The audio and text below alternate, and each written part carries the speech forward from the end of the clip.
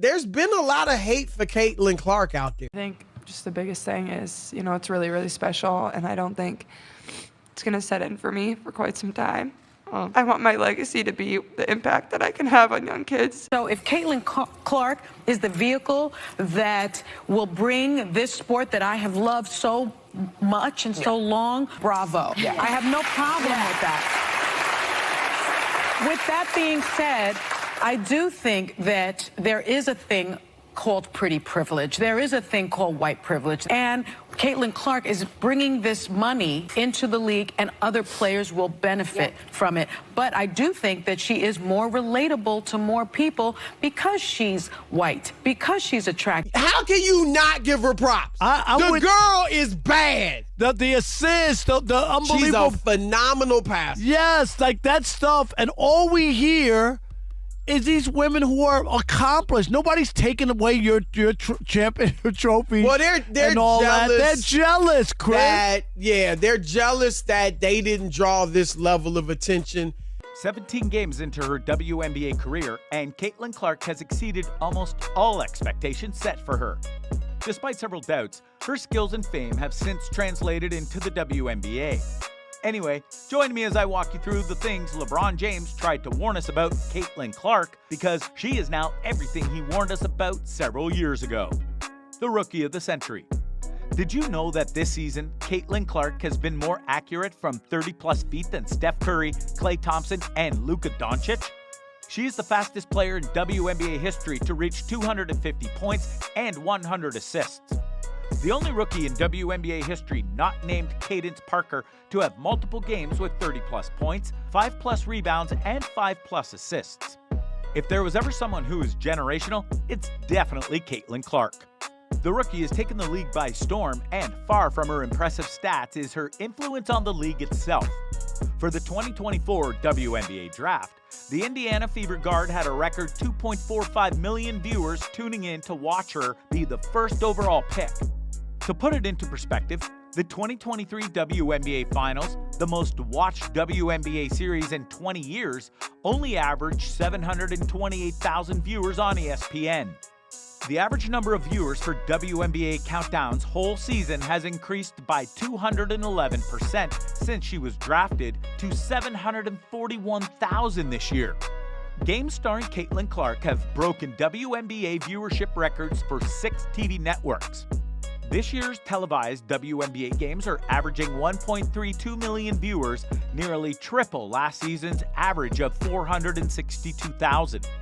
You should know that CBS Sports reported almost 3 million viewers for the matchup between Fever and the Chicago Sky, making it the most watched WNBA game of any network in 23 years. However, it is not just television ratings that are going up because of Caitlin Clark.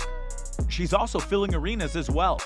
Compared to last year, attendance in the WNBA is up 156%, and more than half of all WNBA games this year have been sold out. The WNBA's Atlanta Dream typically play in a 3,500-seat arena. However, when they face Caitlin Clark's Indiana Fever, they moved their game to the nearest NBA arena, and the game was sold out. Almost 18,000 fans were in attendance. That's 5 times the Atlanta team's typical WNBA home arena capacity and a franchise record. The fame and talent to match it, and there is no denying that Caitlin Clark is one of one. The one-of-a-kind player NBA superstar LeBron James tried to warn us about. LeBron James warning. Clark over Horston, hits a three. Wheeler finds Clark from the logo. Fever looking for numbers. Clark to Wallace. Back to Clark. Shovel pass. Bus. Clark has space. He's going to let it fly. Before Caitlin Clark ever made it to the WNBA and caused this huge impact, she was tearing up the NCAA, and LeBron took notice. Obviously, it was in college that many NBA fans saw her play for the first time. Nonetheless, she had always been red hot before college and even earned a comparison to Steph Curry since high school. We're talking about a talent who had a 60-point game during her junior season in high school, setting a state single-game record with 13 three-pointers. In her junior year, Clark was the top scorer in the state, averaging 32.6 points, 6.8 rebounds, 3.6 assists, and 2.3 steals per game. In her senior year, she averaged 33.4 points, 8 rebounds, 4 assists, and 2.7 steals per game, leading the state in scoring for a second consecutive year. Anyway, fast forward to college, and she was nothing short of phenomenal. We're talking about a freshman basketball player who set a record with 37 assists during the Big Ten tournament. In just her first year of college basketball, she shattered the NCAA tournament single-game records for points and three-pointers. Her total points, assists, field goals, and three-pointers led Division I in her rookie season. In her sophomore year, she became the fastest Big Ten player to reach 1,000 career points and became the first women's player to lead Division I in points and assists per game in a single season. Later in her junior season, she made history when she became the first player in the NCAA men's or women's tournament history to record a 30 or 40-point triple-double and the first with consecutive 40-point games. Her 191 total points were the highest by any player, male or female, in the NCAA tournament, and her 60 assists were the most by any player in the history of the women's tournament. Well, fast forward to her senior season, and she never stopped breaking records. I mean, what would you call someone who is the NCAA Division I all-time leader in points? We are talking about both men's and women's tournaments. Caitlin Clark holds the records for most points, assists, and made three-pointers in the NCAA women's tournament. She is the first player in NCAA Division I history to lead their conference in points and assists in 4 consecutive seasons, and the first woman in NCAA Division I history to have 3,800-plus points, 1,000-plus assists, and 950-plus rebounds during their career. Watching her was mind-blowing, so it's little surprise that LeBron James warned that she was an irreplaceable icon and even tweeted his support for her, even insinuating that she was bound to have strong haters, something he experienced too. If you don't rock with Caitlin Clark's game, you're just a flat-out hater. Stay far away from them, please, LeBron James tweeted. However, just as LeBron predicted, it didn't take long for those who were meant to lead her to turn against her and are still turning against her. WNBA animosity. Coming into the basketball league used to mean rookies getting embraced and guided by veterans in the league. However, that hasn't been the case with Caitlin Clark. So far, in her short WNBA career, she has had to face this. And Clark. I mean, that's clear, which was called. The question is, will they call it unnecessary? Kennedy Carter. This. Her first ever game in the WNBA, forcing 10 turnovers. Right there, you see Dejanay carrying. And this. Seattle, and all of a sudden, we're pretty close. This has been as close as it's been all second quarter long, 44. Connecticut Sun star Dejanay Carrington didn't stop at flopping mockery. She even took it off court when she unprovoked tweeted, "Unfortunately for all you new fans, we do not just shut up and dribble here. You picked the wrong league." And later on, she questioned the 22-year-old rookie's silence despite being treated awfully. Dog, how can one not be bothered by their name being used to justify racism, bigotry, misogyny, xenophobia, homophobia, and the intersectionalities of all them is nuts? We all see that shit. We all have a platform. We all have a voice, and they all hold weight. Silence is a luxury, Carrington tweeted. Carrington isn't the only WNBA player to take it off court. Even Chicago Sky's Kennedy Carter, who shoved Caitlin, took a swipe at her, questioning what Clark brings to the table besides the ability to shoot three-pointers. Caitlin Clark has seen ESPN host Jameel Hill reduce her success and marketability to white privilege and her sexuality. TV host Sunny Hostin also echoed the same sentiment when she said, "Now Caitlin Clark is beginning this money, these sponsorships. We hope Into the League and other players will benefit from it. But I do think that she is more relatable to people because she's white, because she's attractive. And unfortunately, there still is that stigma against the LGBTQ+ community." When Caitlin Clark is not being subjected to blatant racism and sexism, she is also getting attacked by WNBA legends. Before the guard made it to the WNBA, Hall of Famer Cheryl Swoops ignorantly questioned the legitimacy of her scoring record in college. Records are made and set to be broken.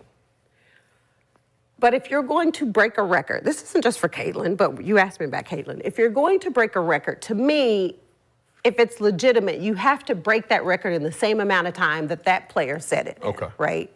So if Kelsey Plum set that record in 4 years, well, Caitlin should have broke that record in 4 years. But because there's a COVID year and then there's another year, you know what I mean? So she's already had an extra year to break that record. So is it truly a broken record? It doesn't even take much to find out that Caitlin Clark was in her 4th college year when she broke the all-time NCAA women's basketball scoring record. And interestingly, she did break it in fewer games than Kelsey Plum did.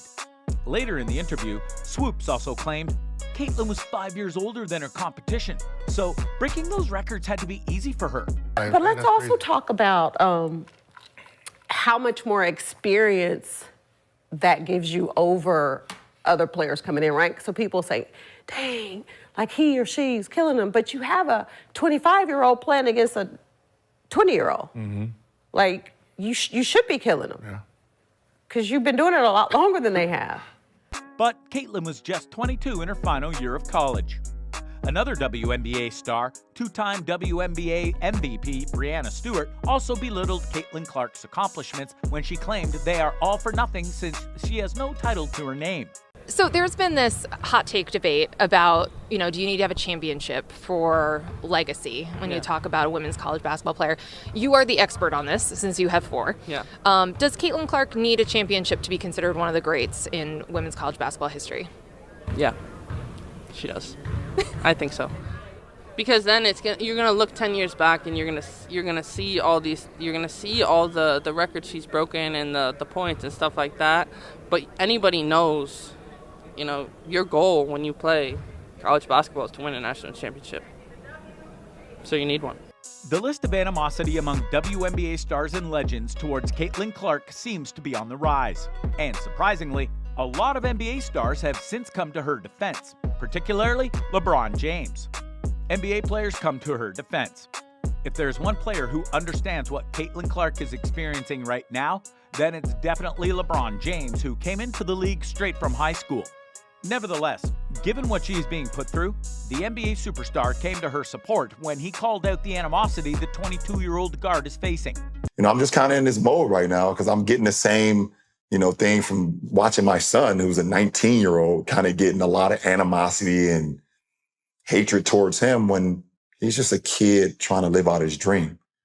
There's a very small number of men and women that actually get to live out their dream of playing a professional sport. And we have grown-ass men and women out here doing whatever they can to try to make sure that does not happen.